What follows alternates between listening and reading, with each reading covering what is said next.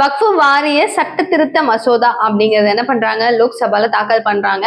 இதனுடைய அடிப்படையில இப்ப பாத்தீங்க அப்படின்னா இது வந்து நிறைவேற்றப்பட்டது அப்படிங்கிறது தான் இன்னைக்கு இருக்கிற ஒரு பிக்கஸ்ட் ஒரு திங்கா இருக்கு. சோ சமீப காலத்துல நம்ம பார்த்துட்டு தான் இருக்கிறோம். திமுக சார்பில் இருந்து என்ன நடந்துட்டு இருக்கு, மும்மொழி கொள்கைகளுக்கு எதிராகவும் அண்ட் வந்துட்டு டீலிமிட்டேஷன் அப்படின்ற ஒரு மிகப்பெரிய ப்ராசஸ் வந்து பிஜேபி பண்றாங்க அப்படின்றதன் மேலவும் அண்ட் அகைன் வந்துட்டு சிறுபான்மையினார இவங்களுடைய மேலாம் வந்துட்டு குற்றச்சாட்டா இந்த இந்த அமைப்பு வந்து சரியில்லை, இந்த சட்ட திருத்தம் வர்றது இதெல்லாம் சரியில்லை அப்படின்னு சொல்லிட்டு தொடர்ந்து நிறைய போராட்டங்களை கொடுத்துட்டு இருந்தாங்க.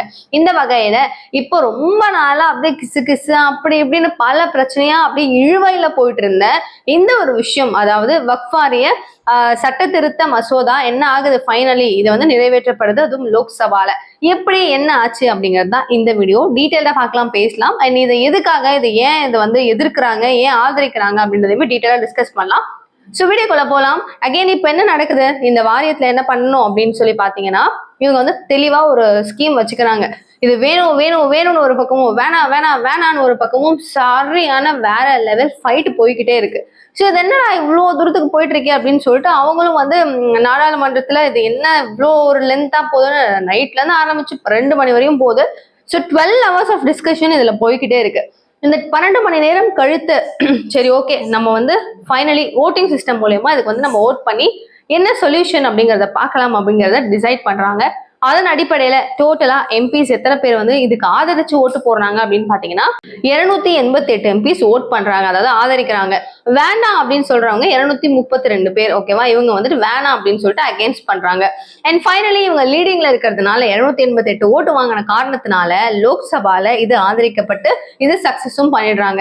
ஸோ இந்த விஷயம் வந்துட்டு சிறப்பா இங்க முடிஞ்சிருதுன்னு வச்சுக்கோங்களேன். இப்போ நெக்ஸ்ட் இது என்ன ஆகணும், லோக்சபாவோட நிக்காது, ராஜ்யசபா போகணும். அங்க போயிட்டு அவங்க அங்கேயும் அப்ரூவ் வாங்கணும். அது நடக்குமா அப்படின்னு கேட்டீங்கன்னா, இப்போ நடக்குமான்னு நம்ம குவெஸ்டின் ரைஸ் பண்ணா ஷுவரா நடக்கும். என்ன காரணம் அப்படின்னு உங்களுக்கு கண்டிப்பா தெரிஞ்சிருக்கும். தேசிய ஜனநாயக கூட்டணி கட்சி அப்படின்னு சொல்லி பார்க்கும்போது டோட்டலா எவ்வளவு பேர் இருக்காங்க அப்படின்னு பார்த்தா எல்லாத்துக்கான ஒரு ஆன்சரும் நம்மளுக்கு கிடைச்சிடும். ஸோ இன்னொரு குட்டி தொகுப்பா பார்ப்போமே. டோட்டலா வந்துட்டு 245 எம்பிஸ் இருக்கணும் அப்படின்னு சொல்லி இருக்கிற இந்த கட்டாயத்துல 9 பேர் வேகன்டா இருக்கிறாங்கன்னு வச்சுக்கோங்க. 234 எம்பிஸ் டோட்டலா. நம்மளுக்கு ஆதரவா ஓட் பண்றதுக்கு இவ்வளவு பேர் வேணும் அப்படின்னு பார்க்கும்போது 118 பேர் தேவைப்படுறாங்க. ஸோ முன்னாடி நான் சொல்ல மாதிரி தேசிய கூட்டணி கட்சி அப்படின்னு சொல்லி பார்க்கும்போது டோட்டலா 125 பேர் இருக்காங்க. அப்போ லீடிங் இவங்க தான். 118 பேர் தான் அவங்களுக்கு தேவைன்னும் போது 125 பேர் இருப்பாங்க.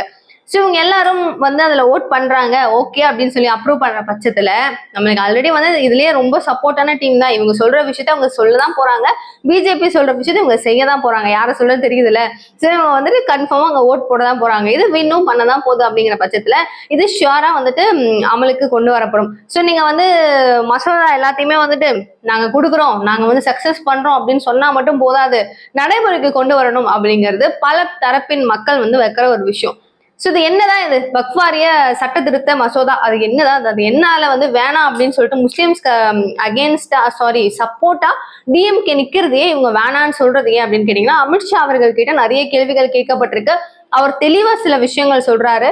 ஸோ அவர் சொல்ற விஷயம் என்ன அப்படிங்கிறத பார்ப்போம். டோட்டலா இந்தியால அப்படின்னு பார்க்கும்போது எக்கச்சக்கமான லைக் இவங்களுடைய லேண்ட்ஸ் ஆகட்டும், இவங்களுடைய ப்ராப்பர்ட்டிஸ் ஆகட்டும் நிறைய இருக்கு. அண்ட் டோட்டலா வந்து இந்தியா முழுக்க அப்படின்னு பார்க்கும்போது 9 லட்சம் ஏக்கர் அளவுக்கும் அண்ட் 8 லட்சம் அளவுக்கான ப்ராப்பர்ட்டிஸும் இருக்கு. ஸோ இது எல்லாத்தையுமே ஒட்டுமொத்தமா கூட்டி பார்க்கும்போது 1000 கோடி அளவுக்காவது ஒரு வசூல் வரணும், ஒரு இன்கம் வரணும். பட் ஆனா வர்றது என்னவோ 200 கோடி தான். இதுல பல விஷயங்கள் உண்டு அப்படின்னு சொல்லிட்டு ஆளுக்கும் இந்த சொத்து எங்களுது, அந்த சொத்து எங்களுது, வக்ஃப் வாரியத்தோடது எங்களுது அப்படின்னு சொல்லிட்டு சண்டை போட்டுட்டு இருக்காங்க. இது எல்லாமே மாறணும் அப்படின்னா எல்லாமே என்ன ஆகணும், ஆவணங்களா லைக் டாக்குமெண்டா இருக்கணும். ஸோ இங்க நம்ம இன்னொரு எக்ஸாம்பிள் சொல்றேன்.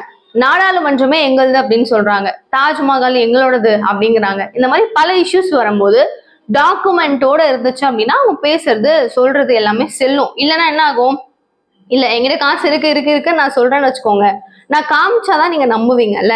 என்கிட்ட இருக்குன்னு நான் சொல்லிட்டே இருந்தேன்னா அது இல்ல இருக்கு அப்படின்னு ஒரு பேரோட தான் இருக்கும். பட் ப்ரூஃபா நான் எடுத்து காமிக்கிறேன், என்கிட்ட ஒரு 100 ரூபாய் இருக்கு அப்படின்னு நான் சொன்னா போதாது. எடுத்து காமிச்சா உங்களுக்கு நம்பிக்கையோட ஆமா அந்த பொண்ணு கிட்ட இருக்கு அப்படின்னு சொல்லி உங்களுக்கு தோணும். சேம் லைக் நீங்க டாக்குமெண்டா ஒரு ஆவணத்தோட காமிங்க அப்படிங்கிறது இவங்க வைக்கிற ஒரு விஷயம். ஸோ உங்களோட ஏரியாஸ்ல கலெக்டர் கிட்ட எல்லாமே போயிடும். ஸோ அவர் வந்து ஒரு டாக்குமெண்டா டோட்டலா உங்ககிட்ட என்ன இருக்கு, ஏது இந்த பிளேஸ்ல என்ன, இது யாருது அப்படிங்கறத அவங்க வந்து ரெகுலேட் பண்ணுவாங்க அப்படிங்கறத ரொம்ப அமித்ஷா தெளிவா சொல்லியிருக்கிறாரு. அது மட்டும் இல்லாமல் அகைன் அவர் சொல்றது ஸோ இந்த விஷயம் வந்து நாங்க மத சார்பில் உள்ள வரல, உங்களுடைய மதத்துல வந்து நாங்க இழிவாகவும் நினைக்கல, இல்ல நாங்க உங்களை வந்து குறைவா அதை வந்து தப்பு சொல்ற மாதிரியும் இல்லை. முழுக்க முழுக்க நம்மளுக்கு தேவையான விஷயங்கள், தேவையில்லாத விஷயங்கள் அப்படின்னு சொல்லி நம்ம யோசிச்சுதான் இந்த முடிவு எடுத்திருக்கோம் அப்படின்னு சொல்லி சொல்றாங்க. டோட்டலா இந்த வக்ஃபு வாரியத்துக்காகவே கிட்டத்தட்ட 40,000 கேசஸ் அளவுக்கு ஃபைல் பண்ணப்பட்டிருக்கு. லைக் இது எங்களோடது, இது எங்களது இல்லைன்னு இவங்க சண்டை போடுறாங்க அப்படின்னா, அதுல பார்க்கும்போது 9,000 முஸ்லிம்ஸ் மட்டுமே வந்து கேஸ் ஃபைல் பண்ணியிருக்காங்க. மீதம் இருக்கிற 31,000 மக்கள் நான் முஸ்லிம்ஸ். ஸோ இவங்க இந்த மாதிரி வேற மதத்தை சார்ந்தவர்கள் அப்படின்னு இவங்களா இருக்கும்போது இவங்களுக்குள்ளேயே ஒரு பெரிய பிரிவினை நடந்துகிட்டே இருக்கு. என்னதான் சிறுபான்மையினர் ரொம்ப முக்கியம், ஓட்டிங் சிஸ்டம் அவங்க கிட்ட இருக்கு, நல்ல ஒரு வாக்கு வங்கி இருக்கு அப்படிங்கறதுனால எல்லாரும் வந்து அவங்கள ரொம்பவே பேஸ் பண்ணியிருக்காங்க. எஸ், அது வந்து இல்லைன்னு சொல்ல முடியாது. லைக் ஏடிஎம்கே ஆகட்டும், டிஎம்கே ஆகட்டும், இப்போ டிவிகே ஆகட்டும், எல்லா கட்சிகளும் சிறுபான்மையினர் நம்பி இருக்கிறது உண்மையான ஒரு விஷயம். சோ எல்லாரும் இப்போ ஏன் இவங்களுக்கு கோவம் வருது, முதல்ல இருக்கிற முஸ்லிம்ஸ்க்கே ஏன் கோவம் வருது, அவங்களுக்கு ஏன் சரியா நம்ம பண்ணல அப்படிங்கிறது அப்படின்னு சொல்லி கேட்கும் போது அவங்க சிலர் சொல்ற விஷயம், லைக் இவங்க வந்து ரொம்ப காலமா ஆண்டுட்டு இருக்கிற ஒரு இடத்த அவங்களுக்கு இல்லாம இருந்திருக்கலாம், மேபி அதுலயே நிறைய விஷயங்கள் ஏதாவது ஃபேக்கா இருந்திருக்கலாம், அவங்களுக்குள்ளேயே ஒரு டீமா இருந்திருக்கலாம், இது இவங்களுக்கு சென்ட்ரலுக்கு மேபி அகேன்ஸ்டா இருந்திருக்கலாம், சம் மேபி என்ன வேணா இருந்திருக்கலாம். ஸோ இந்த இஷ்யூஸ்னாலதான் அவங்க அகேன்ஸ்ட் பண்றாங்க. அண்ட் அவங்க ரொம்ப தோல்வியில ஒரு மாதிரி சேடா இருக்காங்க. அப்படிங்கும் போது நம்ம போயிட்டு குழி கொடுத்தா நல்லா இருக்குமே அப்படின்னு சொல்லிட்டு டிஎம்கே தரப்புல அவங்களுக்காக சப்போர்ட் பண்றாங்க அப்படின்னு அரசியல் விமர்சகர்கள் பல பேர் சொல்லிட்டு இருக்காங்க.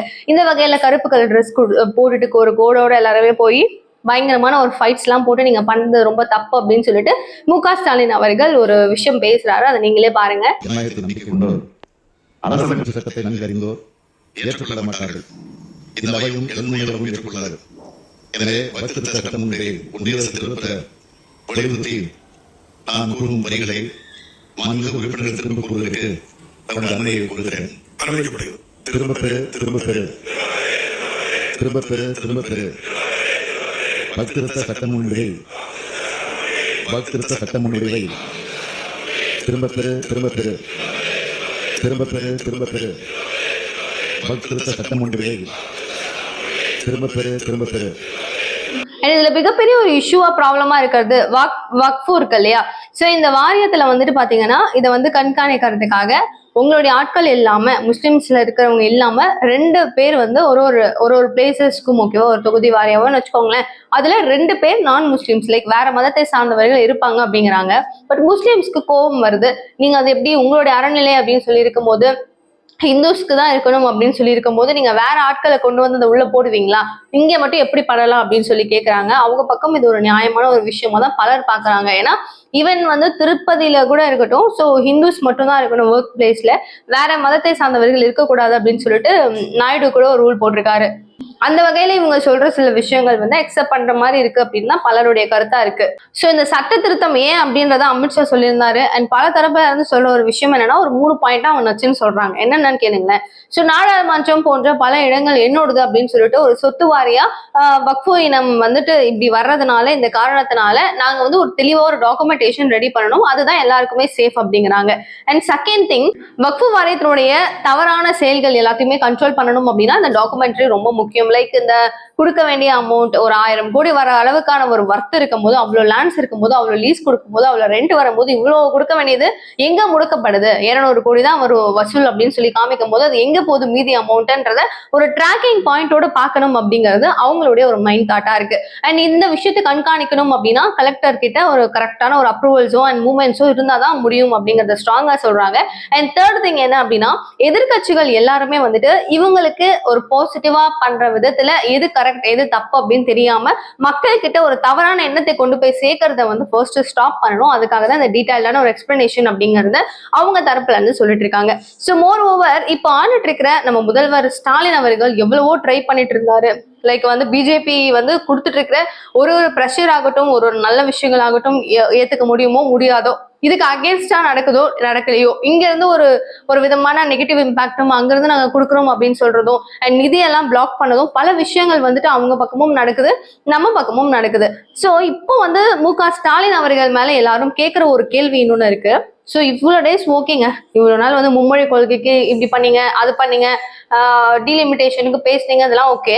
இப்போ இவங்க வந்து இந்த மசோதாவை அப்ரூவ் பண்ணிட்டாங்க, இது எல்லாமே செயல்பாடுக்கு வரும் அப்படின்னு சொல்லி எதிர்பார்க்குற இந்த நேரத்தில் இதுக்கப்புறம் உங்ககிட்ட பேசி வாய்ப்பு கிடையாது, வேஸ்ட் ஆஃப் டைம். ஸோ நாங்கள் இதுக்கப்புறம் வந்துட்டு கோர்ட்டில் பார்த்துக்கிறோம் அப்படின்னு சொல்லி சொல்றீங்க.